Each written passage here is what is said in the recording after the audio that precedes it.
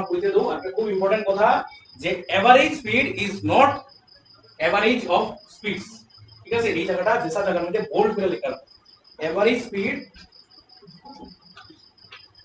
কোন জায়গাতে লেখা রাখো, এভারেজ স্পিড ইজ নট